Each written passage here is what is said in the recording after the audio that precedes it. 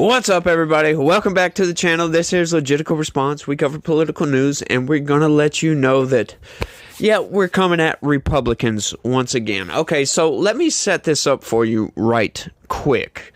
Okay, so let's say we have two people. Two different presidents. We got people that work for the president, whatever. We got one that worked for this president and one that worked for this president over here. Okay, so Congress subpoenaed both of these people, and they both denied the subpoena. Congress then held both of these men in contempt of Congress. Then that contempt of Congress went to the DOJ, and they chose to prosecute one of these men and not the other. Now, when you hear that, you might think, oh, okay, you're leaving out a lot of details here, right? Exact same situation, pretty much. When they choose to prosecute one over the other and don't give, and there is no good reason, right? Like, you constantly hear Democrats, Republicans, everybody, no one is above the law. We heard that with Trump constantly. It was endless, no one is above the law, coming from Democrats, and it was utter nauseating to hear these people say this, because House Republicans, like I said, I'm coming after Republicans again. House Republicans failed to pass GOP resolution to find Attorney General Merrick Garland in inherent contempt of Congress. Okay. So we know they filed for contempt of Congress. That passed. Why didn't this pass? You might be thinking, who are these four Republicans? Well, here we go, folks. John Duarte of California, David Joyce of Ohio, Michael Turner of Ohio, and Tom McClintock of California. These four Republicans are human pieces of garbage. They pretty much gave the middle finger to you, telling you that we don't care. People like us are above the law. You can go screw yourselves. They don't care about the rule of law. They don't care about this country. They don't care about the Constitution. And they said that when they voted against holding the Attorney General in contempt of Congress for not turning over some audio tapes. When we have Steve Bannon is sitting in jail for pretty much the exact same thing. But it's a little bit more sketchy with Steve Bannon. You want to know why? Yeah, that's because, okay, so the January 6th committee, this stupid January 6th committee comes out and wants to depose Steve Bannon in front of the January 6th committee. Well, Donald Trump says no. He asserted executive privilege over it. Said, no, you don't have to show up for this. So Steve Bannon says no. Well, Democrats whinge and they cry and they hold him in contempt and all this other BS. So he finally says, okay. Donald Trump says, you can go ahead. Told the January 6th committee, okay, I'll turn over the records. I'll come testify. Whatever. January 6th committee said, we don't care. It's too late. You're going to freaking jail. Same thing happened with Merrick Garland, except Merrick Garland isn't being held accountable. So any and every time you hear a Democrat say, nobody's above the law, you say, except for Democrats. Yeah, they talk about, Republicans say there's a two-tier justice system. Yeah, well, Republicans are responsible for that. These people make me sick to my freaking stomach. This is utter insanity, y'all. Let's get into it. Let's read this story out because the corporate press is lying again. The House on Thursday rejected a GOP effort to fine Attorney General Merrick Garland $10,000 a day until he turns over audio of President Joe Biden's interview in his classified documents case, as a handful of Republicans resisted taking an aggressive step against a sitting cabinet official. So this is what the corporate press is telling you. To hold somebody accountable for the laws that they break is aggressive. That's what they're telling you. That it's not aggressive to go after Steve Bannon and Peter Navarro, but it is aggressive to go after Merrick Garland. The only difference between these cases is this guy over here, Merrick Garland, is a Democrat.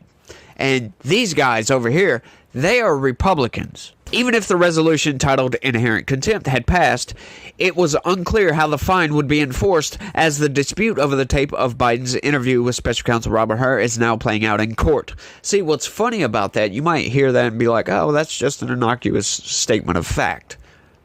No. As a matter of fact, they are trying to lie to you. They are trying to frame it like Congress doesn't have any kind of enforcement whatsoever.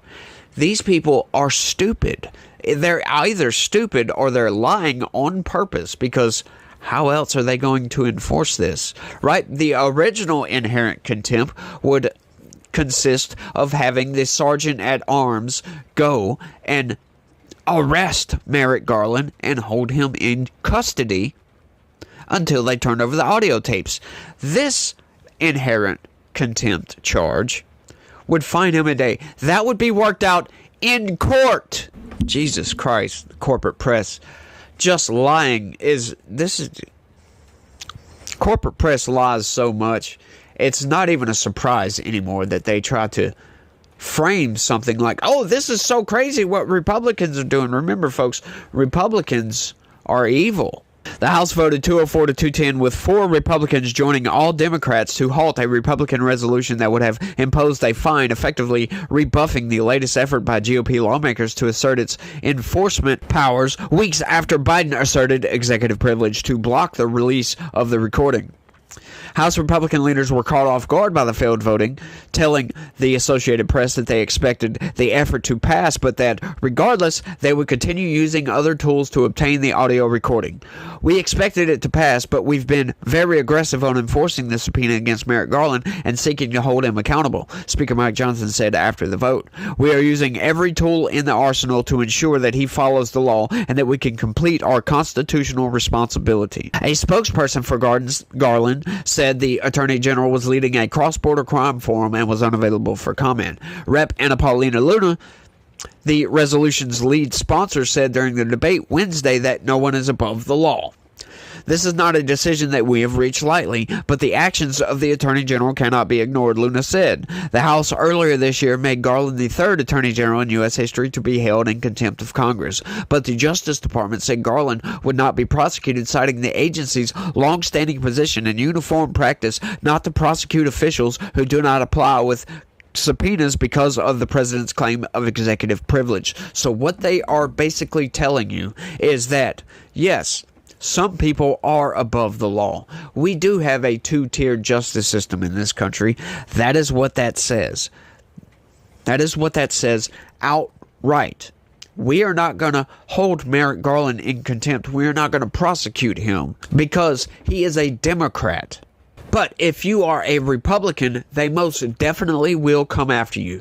We have 2 situations where that played out in real time. As a matter of fact, Peter Navarro just got out of jail for the exact same thing. And Steve Bannon just went to jail for the exact same thing. The exact same thing. The only difference, like I said, Republican, Democrat, but, Steve Bannon wasn't the Attorney General. Peter Navarro wasn't the Attorney General. But they were part of Trump's administration, most definitely. And like I said, same situation. President Trump asserted executive privilege over the records that Steve Bannon and Peter Navarro were withholding from the January 6th committee, right? Like, even still, the January 6th committee is no longer.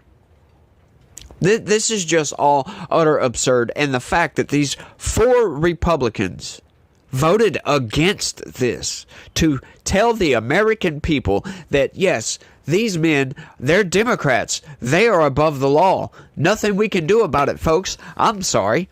What do you want me to do about it? You want me to vote for this aggressive action? Huh? These people are nuts. Like I said, most of the Republican Party is absolute freaking garbage. You've got a handful of good Republicans, a couple of Democrats that might be okay. It might be better to have Democrats in power because at least they're gonna tell you, hey, we're about to punch you in the face, and then they punch you in the face. But with Republicans, they're like, what's up, man? Hey, how's it going? You doing pretty good? And then just wham! just punch you right in the face? Which would you like better? Somebody telling you, I'm about to hit you in the face. Or somebody comes up and tries to be nice and then punches you in the face. One stabbing you in the back, one stabbing you in the front. Which one do you choose? Because that seems all we get these days from Congress, from our government. We need to primary the shit out of these people. No lies. Democrats blasted the GOP effort as another political stunt. Rep. Jim McGovern of Massachusetts said that the resolution is unjustified in the case of Garland because he has complied with the subpoena and he's a Democrat. No, he has not complied with the subpoena. Once again, Democrats are outright lying. If he would have complied with the subpoena, then we wouldn't have held him in contempt of Congress. Like, these people are just, like, saying that. Does that make it true? No, it doesn't make it true. But for him to actually say that, oh, he complied with the subpoena. No, he didn't comply with the subpoena, dude. What is wrong with Democrats to make them think that they could just come right out and lie? Just blatantly lie. Like, how come this guy got voted back into office, right? This is nuts. Their frustration is that they can't get their hands on an audio recording that they think they could turn into an RNC attack ad, McGovern said in the reference to the Republican National Committee. What? So, he lies. What the fuck is going on? Okay, so he says that Merrick Garland complied with the subpoena, but they're just frustrated because they can't get their hands on what they subpoenaed? Do you guys get this? That is utter retarded. This is beyond stupid, okay? For him to come out and say, oh, Merrick Garland complied with the subpoena. The subpoena was over this audio tape that Republicans can't get their hands on because Merrick Garland wouldn't give it to them. How did he comply with the subpoena if the subpoena was for an audio tape that Merrick Garland wouldn't give up? That was the subpoena, was for Merrick Garland to give up the audio tape.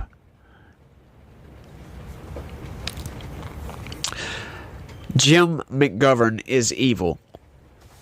Just outright, for lying outright to the American people, holding Democrats above the law, and actually endorsing being above the law, right? These people don't care about the Constitution. They don't care about freedom. They don't care about law and order. It's jurisprudence at its finest. Oh, law is just philosophy. These people are crazy. Garland himself has defended the Justice Department, saying officials have gone to extraordinary lengths to provide information to the committees about Hur's classified documents investigation, including a transcript of Biden's interview. Yeah, they haven't gone to extraordinary lengths. That was a redacted interview. A redacted transcript, dude. Extraordinary lengths. My ass. However, Garland said releasing the audio could jeopardize future sensitive investigations because witnesses might be less likely to cooperate if they know their interviews might become public. Oh, really?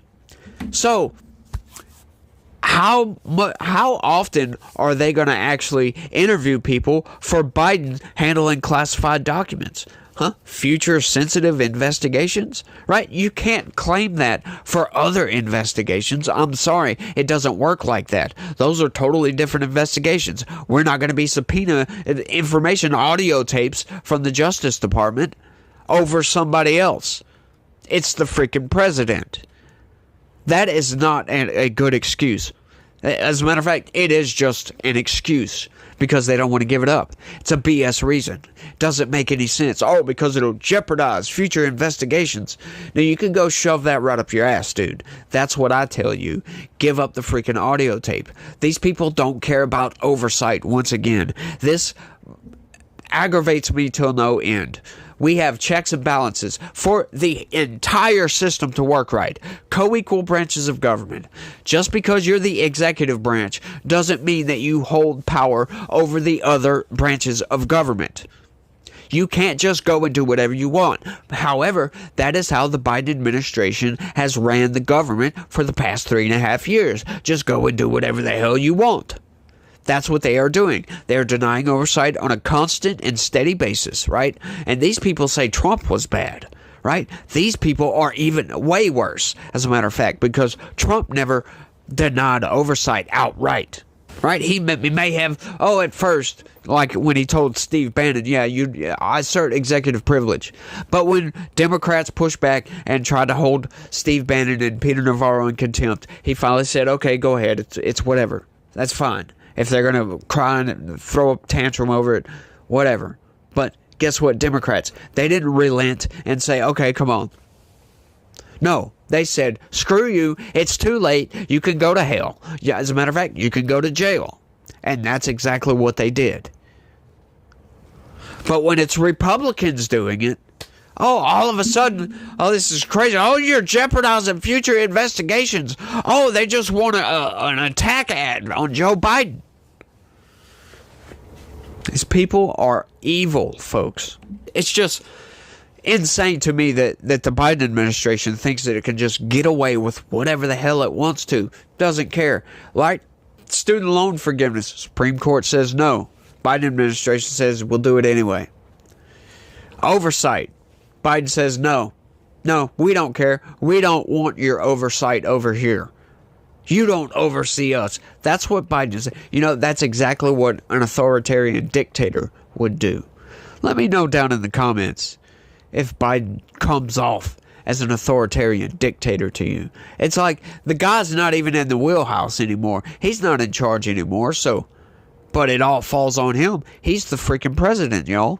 His administration is so arrogant that they think that we don't need checks and balances. We are the law.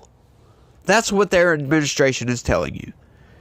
And the corporate press and all these liberals and Democrats that are propping this crap up hate this country because of it. They love their power, and that's it. They don't care about checks, balances. They don't care about other people's power. They're in power, and that's all that matters to these people. This is utter evil, if you ask me. It's not just an arrogant ego trip, right? It's not just that. This is outright evil because they're telling you we don't care about the forefathers. We don't care about 240-something, almost 250 years of judicial norms, of checks and balances, of having co-equal branches of government. We don't care about that. We are above that. What we say goes, and that's it. That's what they are telling you. This administration needs to come to an end as fast as possible. And that's all I'm going to say about that, y'all. I think I've ran my mouth for long enough, though.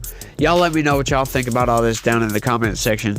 This blows my mind. Well, it actually doesn't. I say it blows my mind, but, I've been knowing about this. I read the news, and you guys, y'all following the channel, y'all know, too. I've covered these stories over and over again. Almost getting sick of doing it because I'm tired of the Biden administration just throwing the middle finger to the Constitution, throwing the middle finger to checks and balances, the middle finger to the Supreme Court, Congress, all that. Just saying, screw off. That's what they're saying. And liberals, the Democrats, prop this garbage up.